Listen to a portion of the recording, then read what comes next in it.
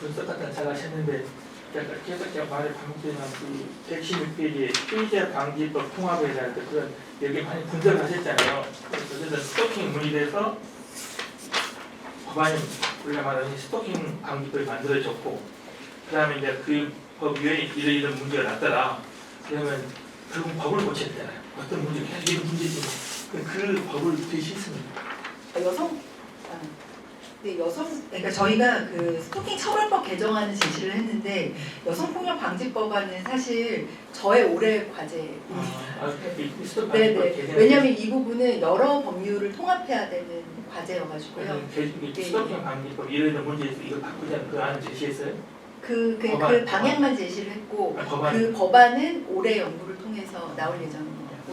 올해 범죄 피해자 지원 통합 방안 제시를. 계속 이런 문제가 있으면 결국 법안을 쓰겠습니다. 왜 제가 이 말을 드리면 아동학대 특례법을 제가 사실 만들었어요. 잘 모르시는데 그걸 제가 법무부 용역에서 제가 만들었는데 그때 아동복지법과 통합할 것인가 별도 특수는 많이 하는데 통합하니까 너무 시간이 걸린다 해서 특례법을 만들고 그 법안을 다 만들어서 처음에 당시 여당이 이제 국민의힘 이전에 여당이거든. 그이들은 법안을 통과시간 거의 가서 제가 진술하고 마지막에 보건복지원에 제가 진술로서 이 법안을 제가 발표해서 이게 통과했어요.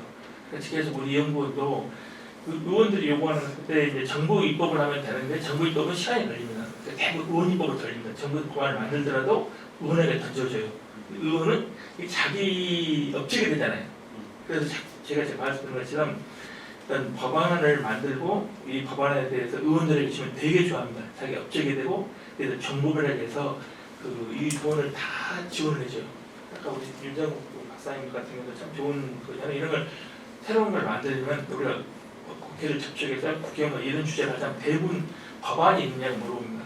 법안이 있다면 논의를 해서 동칭을 하자거나 그래서 이런 부분도 스토킹도 참 중요한 의미니까 어떻게 할 것인가는 또 법안을 만들어서 우리가 이런 문제가 있으니까 어떻게 고쳐야 되니까 법은 두 개가 있잖아요. 그리고 없는 분야를 새로 만드는 제정하는 그게 큰 의미가 있고 있는 법을 이런 문제에서 개정을 어떻게 할 것인가 이 두 가지 관점에서 항상 연구는 그걸 고민하는 게 저는 맞지 않을까 이렇게 생각합니다. 좋은 주제 고생하셨습니다. 네, 마지막입니다. 그 메타버스 시대의 새로운 메커니즘에 따른 법 제도적 대응 방안 연구에 대해서 윤혜성 실장님께서 발표해 주시겠습니다. 네. 빨리 끝내도록 하겠습니다. 저희가 일반 과제고요. 2년에 걸친 일반 과제입니다. 그래서 첫 해는 형사법적 분야에 대한 논의를 중심으로 했고요. 작년에는 이제 민상사 법무 분야, 기타 법무 분야 쪽을 중심으로 논의를 했습니다. 다 알겠지만 이 메타버스는요, 코로나가 등장하면서 가상 산업에서의 산업, 경제, 문화 이런 것들을 충족하자. 그러면서 이제 신기술로서 하나로 등장한 그런 획기적인 기술입니다. 근데 이제 코로나가 끝나면서 약간 좀 저무는 그런 기술이 아니냐 해서 많이 논란이 되고 있는데 그럼에도 불구하고 2023년이죠. 메타버스 진흥법, 각종 메타버스 진흥법이 지금 시행돼서 가상 자산과 또는 가상 융합 산업과 관련해서 시행되고 있는 것을 알 수 있습니다. 저는 이제 재작년에 형사법 때는 참여를 많이 했는데 사실 작년 이 메타버스 법무 민상사 법무 분야는요, 제가 지식이 짧기 때문에 자문회의와 공동 연구진을 꾸려서 구성을 했습니다. 자문회의를 하면서 느낀 점은 메타버스 가상지능법을 참여하신 분들이 있어서 그분들도 많이 토석을 했고요.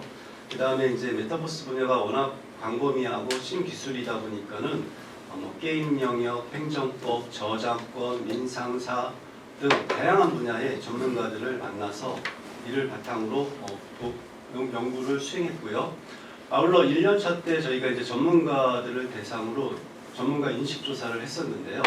MZ 세대들을 통한 인식 실증 조사가 이루어졌으면 좋겠다 하는 그 요청에 있어서 작년에는 MZ 세대 한 600명 바탕으로 형사법적 분야와 민사법적 분야를 실증적 연구를 했고요.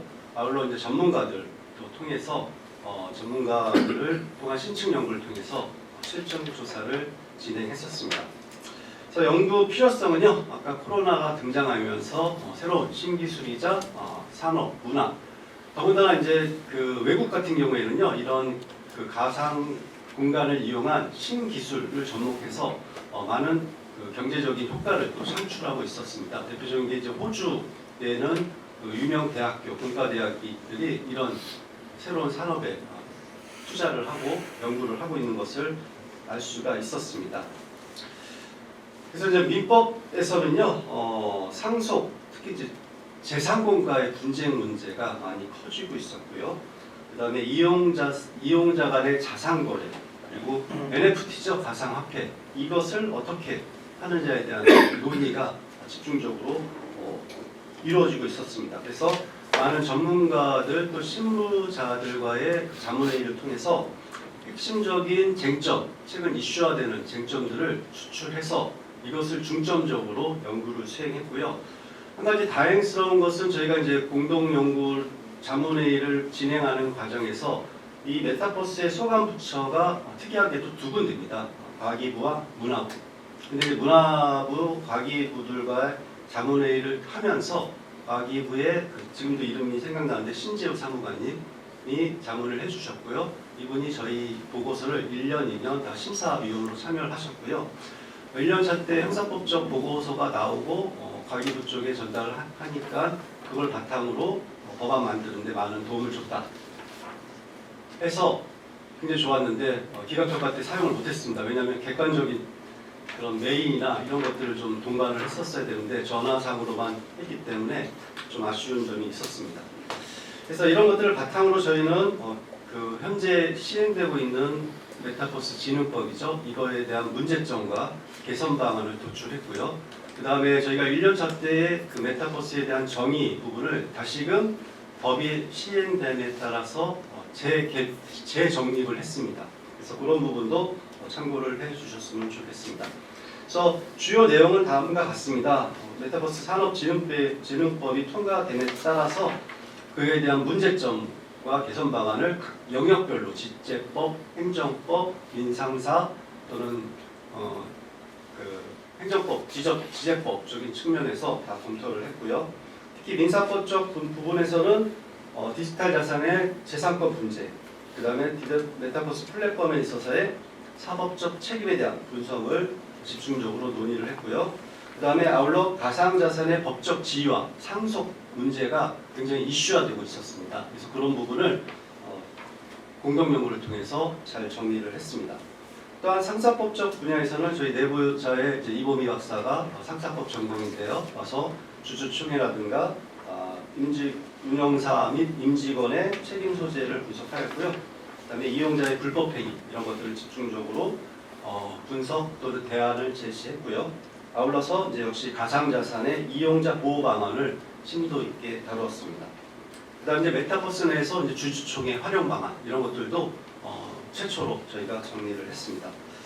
그 아울러 이제 기업법과 금융업법, 저작권법, 그다음에 이런 것들에 대한 주요 내용을 한번 종합적으로 분석을 했고요. 행정법적 규제와 게임 쪽도 사실은 굉장히 이 게임이 있어가지고 문화부가 들어온 것입니다. 그래서 게임 쪽에서 영역도 저희가 검토를 했고요. 메타버스와 윤리를 마지막으로 정리를 하면서 다각적인 관점에서 논의를 이끌었고 이에 대한 시사점을 제시하였습니다. 그래서 분량도 거의 한 600페이지에 달하는 거대한 보고서를 창출을 했습니다. 인식조사와 관련해서는요, 먼저 MZ 세대를 중심으로 한 600에서 700명을 대상으로 조사를 했고요. 그 결과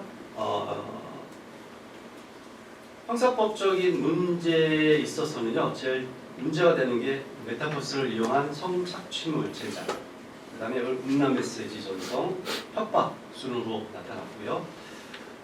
148페이지를 보시면 MZ세대 민상사상 불법행위 심각성에 대한 통계를 보시면 우선은 익명성에 대한 법 집행이 곤란하다. 그 다음에 미흡한 가상자산 사기 규제에 대해서 심각하다. 그다음에 개인정보 탈취가 심각하다는 순으로 조사가 이루어졌습니다.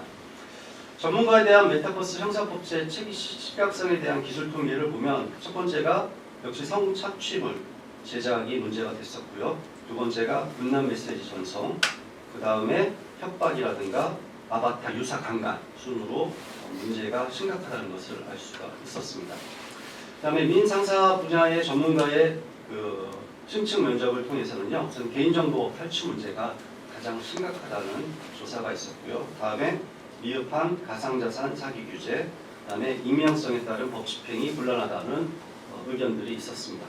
그래서 이런 것들을 실증 연구와 그다음에 전문가들의 공동 연구, 그다음에 내부진의 연구를 통해서 정책 지원을 하면 다음과 같습니다. 149페이지를 보시면 새로운 법적 체계의 필요성이 있다. 가상 부동산과 같은 자산이 현실 세계의 부동산과는 다른 법적 특성을 가지고 있기 때문에 이를 규제하는 새로운 법적 체계가 필요하고요. 그 다음에 디지털 자산의 소유권 거래와 관련해서도 기존의 민사법적 원칙으로만 접근하여 문제를 해결하기에는 충분하지 않다는 조사 연구와 전문가들의 연구를 통해서 명확한 법적 기준을 마련하고 보완이 필요하다는 의견이 상당했습니다. 그 다음에 NFT와 관련해서는 지적 재산권 보호를 받을 수 있는 지속적인 논의가 필요하다는 얘기가 있었고요. 또 이 부분이 참 특이한데요. 이 메타버스 내에서 계약은요, 이 스마트 계약의 형태로 자동 이행되는 그런 계약이라고 합니다. 블록체인 기술을 기반으로 조건만 충족되면 자동 실현되는 그런 프로그램이라고 하기 때문에 이 스마트 계약은 기존의 민사법 또는 상사법적인 영역과 전혀 다른 법적 계약을 특징을 가지고 있다고 합니다. 그래서 스마트 계약의 법적 효력을 명확히 하기 위한 새로운 법적 규정이 필요하다고 합니다. 그래서 메타버스는 다양한 디지털 콘텐츠가 생성되고 거래되는 공간이기 때문에 저작권, 상표법, 그다음에 메타버스에서 생성된 3D 모델, 아바타, 디자인 같은 디지털 콘텐츠도 저작권상의 보호를 받을 수 있는지에 대한 논의도 저희가 제시를 했고 이에 대한 개선 방안을 제시를 했습니다. 정책 효과입니다. 우선은 지금 신재호 사무관님이 저희 심사위원으로 들어가 있기 때문에 저희가 또 보고서가 나오는 대로 관련 부처에 전달을 할 거고요. 이걸 바탕으로 저희가 이제 기존의 메타버스 가상융합 산업진흥법이죠. 속칭 메타버스 진흥법이라고 하는데요. 이 부분에 대한 문제점을 저희가 적나라하게 제시를 했고 개선 방안 또한 제시를 했기 때문에 이걸 통해서 개정할 수 있는 방안이나 이런 것들을 기여하도록 하겠습니다. 그리고 이제 산업, 경제, 기업, 금융에 대한 동반 성장을 주도하고 건전한 문화에 일조하기를 기대하면서요. 이 민상사, 기타 법무 분야에 발생하는 법적인 문제들을 해결할 수 있는 기준 내지 또는 가이드라인으로 제시하지 않을까 기대를 해봅니다. 그래서 주요 키워드는 다음과 같이 제시를 했고요. 이것으로 간단하게 발표를 마치도록 하겠습니다.